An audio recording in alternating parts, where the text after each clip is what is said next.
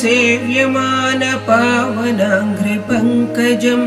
व्यालयज्ञसूत्रमिन्दुशेखरं कृपाकरम् नारदादियोगिवृन्दवन्दितं दिगम्बरं काशिकापुराधिनाथ कालभैरवं भजे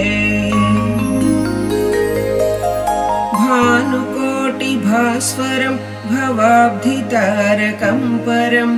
नीलकण्ठमीप्सितार्थदायकं त्रिलोचनम् कालकालमम्बुजाक्षमक्षशूलमक्षरं काशिकापुराधिनाथ कालभैरवं भजे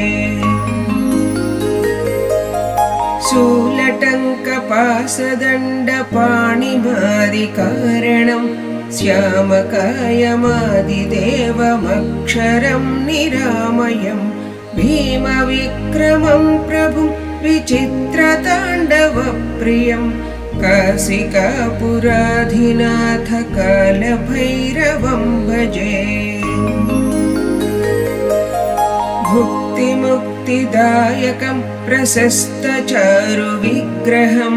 भक्तवत्सलं स्थिरं समस्तलोकविग्रहम्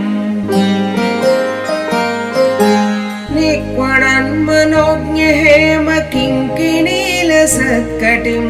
काशिकापुराधिनाथ कालभैरवं भजे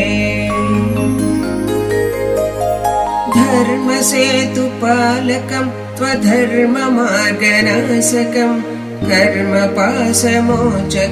सुशर्मदायकं विभुम् स्वर्णवर्णकेशपाशशोभिताङ्गनिर्मलं काशिकापुराधिनाथ कालभैरवं भजे रत्नपादुकाप्रभाभिरामपादयुग्मकं नित्यमद्वितीयमिष्टदैवतं निरञ्जनम् मृत्युदर्पणासनं कराळदंष्ट्रभूषणं काशिकापुराधिनाथ कालभैरवं भजे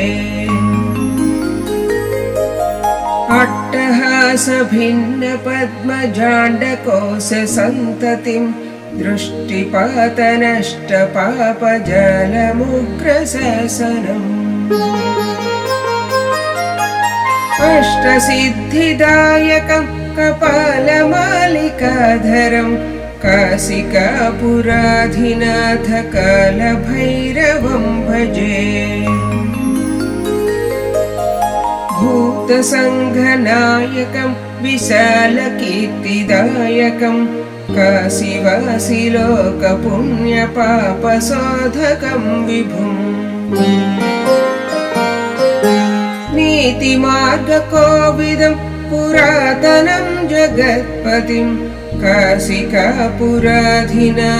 कालभैरवं भजे कालभैरवाष्टकं पठन्ति ये मनोहरं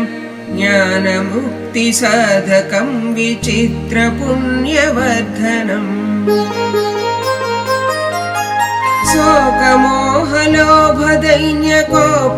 शोकमोहलोभदैन्यकोपतापनाशनं ते प्रयान्ति कालभैरवाङ्घ्रिसन्निधिं ध्रुवम् इति श्रीमच्छङ्करभगवतः कृतौ श्रीकालभैरवाष्टकं सम्पूर्णम्।